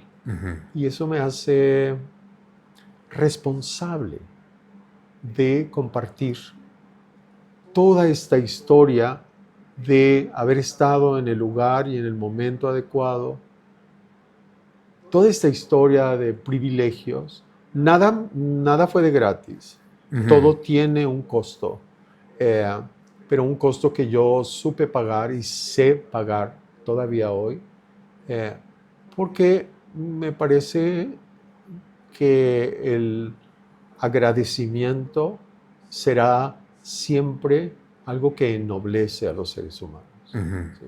¿Sí? Si tú me preguntas cómo me siento aquí, me siento muy bien. Me siento respetado, me siento apoyado. ¿Sí? Después de esta, de esta ausencia de la escuela de teatro, regresamos con un nuevo ímpetu. Estamos trabajando fuerte, no todos, pero la mayoría de nosotros, en crear este núcleo de confianza, de creatividad. Me siento muy bien, me siento pleno, me siento muy feliz, muy libre. Apto para. Una duda que puede resultar la respuesta un tanto repetitiva con esto que acaba de mencionar, pero la pregunta que quería hacer es, ¿qué sigue para Serna? Pero creo que lo acaba de responder muy bien con compartir y aportar, ¿cierto? ¿O falta algo de mencionar? Bueno, yo me considero una persona inquieta intelectualmente y siempre intentando actualizar mi narrativa y mi discurso. Lo que sigue es lo que estamos haciendo en la Escuela de Teatro. O sea, estamos fundando un proyecto en artes vivas, en antropología visual y prácticas performáticas, que me parece que luego de el teatro, el libro este del teatro postdramático, todas estas tendencias de lo performático, creo que lo que sigue es actualizar el programa de trabajo de la Escuela de Teatro de la Facultad de Filosofía y Letras de la Universidad Autónoma de Nuevo León, que me ha dado todo, ¿sí? Y agradezco a los directivos, al director de la facultad que nos apoya incondicionalmente. Creo que lo que sigue es eso, actualizar el programa. Ahora que hemos regresado, tenemos un par de semestres ya, y la escuela estaba en un viejo modelo, y creo que nos toca, nos corresponde y podemos actualizarla. Ya, eso en un ámbito quizá más de maestro, pero como artista, ¿planeas seguir vigente y de qué forma? Si es así. Sí, me acaban de regalar como parte de estos privilegios. Me acaban de regalar un personaje, ¿sí? Próspero en la tempestad. Muy bien. Hace como 5 o 6 años estábamos el maestro Jorge Segura, el maestro Vicente Galindo y yo mismo haciendo misa fronteriza, y anduvimos por todos lados. Fuimos a Tárrega en España, fuimos a Londres, llevamos la puesta en escena a Inglaterra, estuvimos en Houston, estuvimos en festivales en la Ciudad de México, por toda la República. Y me había ocupado de todo lo que seguía en el ámbito de la escuela, porque estuvimos trabajando durante todo el periodo de la dirección de la Facultad de Filosofía y Letras anterior, intentando recuperar el espacio. No se concretó hasta que entró el nuevo director y estamos más que agradecidos por eso. Pero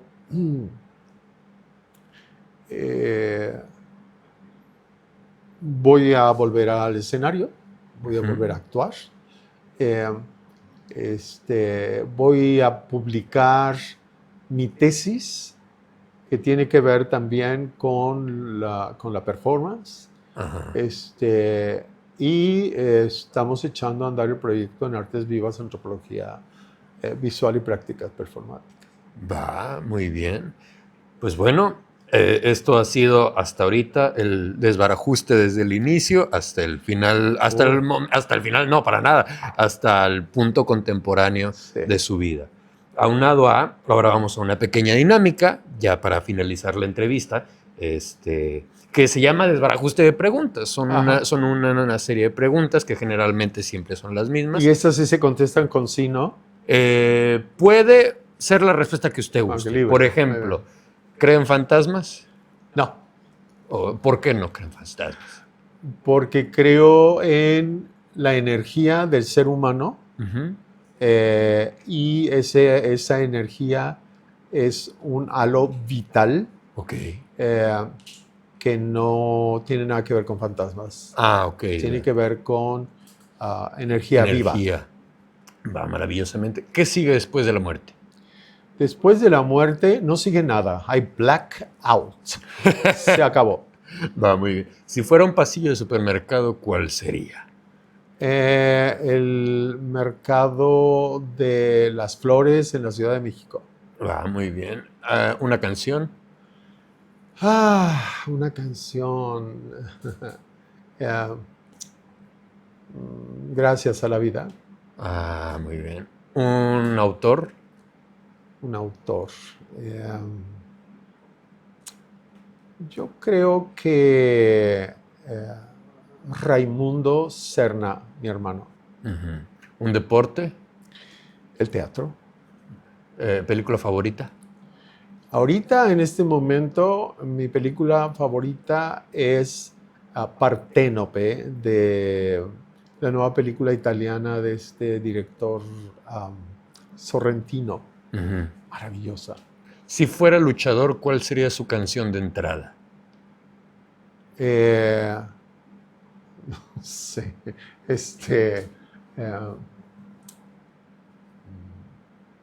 Viva México. Ok. ¿Artista crush? Es decir, que su amor platónico. Uy, tengo muchos, desde Brad Pitt hasta, ¿cómo se llama esta actriz maravillosa? Helen Mirren. Helen Mirren, Helen por Mirren, supuesto. sí. ¿Frío o calor? Frío. Yo nací en la nieve. Ajá. Y el frío es mi gusto. ¿Las quesadillas llevan queso o no?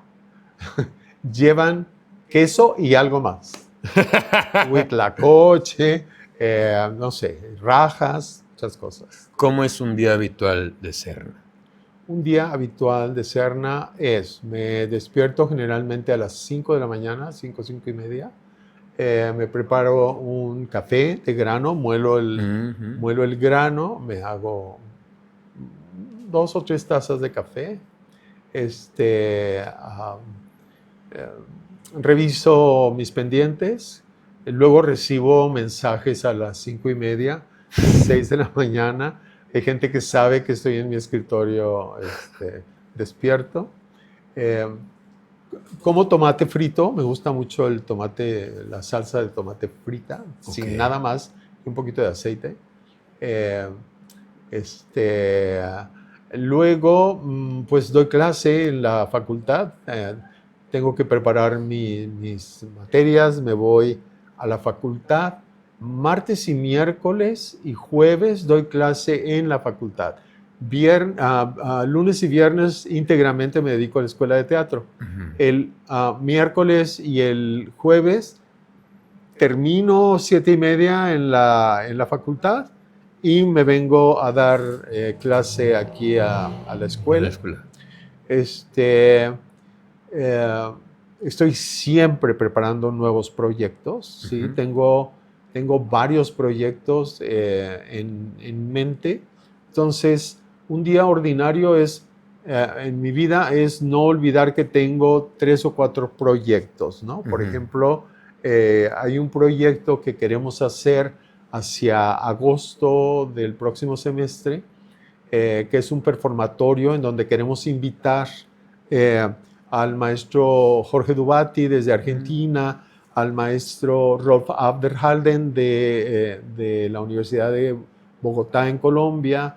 Por lo pronto ellos dos y algunos maestros nacionales y locales. Siempre estoy pensando en mis proyectos. Ya, ok. ¿Algo que Serna odia?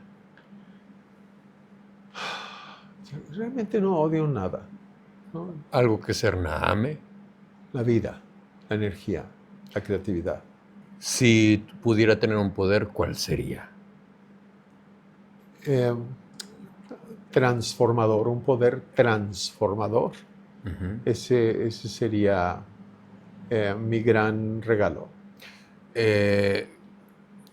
Bueno, es una pregunta medio ajena, porque evidentemente no se la he preguntado a nadie, Pero a mí me llama mucho la atención, ¿por qué blanco todos los días?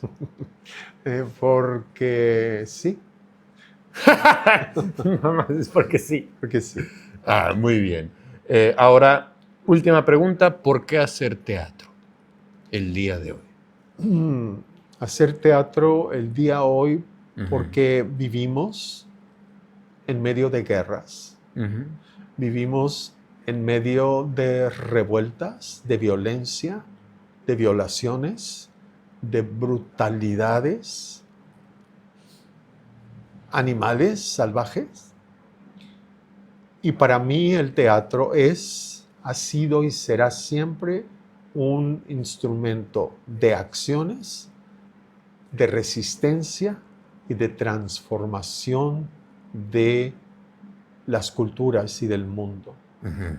El teatro para mí tiene una labor pendiente que es pacificar a la humanidad para alimentar el inconsciente colectivo universal mundial de positividad para revertir todo este salvaje mecanismo de violencia que hemos aprendido porque soñamos y nos alimentamos de sangre, de guerras, de balas, de traiciones, Ujú. de envidias, y evidentemente el resultado en los sueños va a ser violento. Ujú. Entonces, eso está pendiente. ¿El teatro por qué? Por eso. Va. Ahora esto ya no es una pregunta, sino algo que quisiera utilizar este momento para compartir a quien sea, puede ser al mundo general o a los jóvenes que están iniciando en este camino o a los viejos o a quien usted guste compartir algo. Sí, yo quisiera compartir desde el fondo de mi ser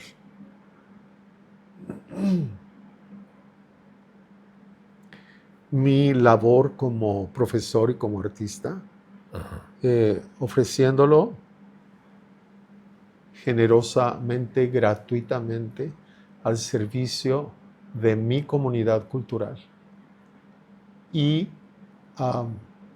lograr a partir de eso crear un proyecto. Creo que uno de los grandes problemas por los cuales no estamos unificados es porque no hay un proyecto cultural. Ujú. Nos hemos olvidado de una identidad propia para desarrollar nuestra propia voz y nuestra propia expresión. No teatral, performática, Ujú. porque creo que es lo que nos corresponde como cultura. O sea, el teatro llega a América como parte de la conquista y de la evangelización. Sí. O sea, el maestro Rodolfo Usigli lo decía muy claramente. El teatro era para los religiosos lo que la pólvora era para los militares, un instrumento de colonización y de sujeción de las vidas humanas. Liberar eso es parte de mi objetivo de vida. De vida. Va. Pues bueno, maravilloso. Muchísimas gracias a todos ustedes por habernos acompañado en esta entrevista. Muchísimas gracias por habernos compartido tu desbarajuste de vida. A ti, Antonio. Que incluso me atrevería a decir que pudiera darse en algún futuro quizá la segunda parte hablando a lo mejor de proyectos específicos en una tan larga trayectoria. Pero bueno, hasta este momento llegamos y les agradecemos muchísimo por haber sintonizado esta entrevista. Les recomendamos e invitamos a que se suscriban, le den me gusta para que este proyecto siga creciendo de Desbarajuste de Vida. Les invitamos a que sigan todas nuestras redes sociales. ¿Universiteatro tiene alguna red social que gustes compartir o el mismo Javier Serna?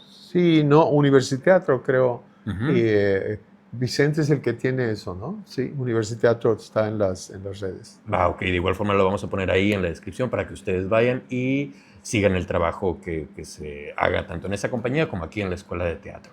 Una vez más les agradecemos y les recordamos que todo lo que se hace con el corazón, honestidad y amor florece. Nos vemos. Hasta luego.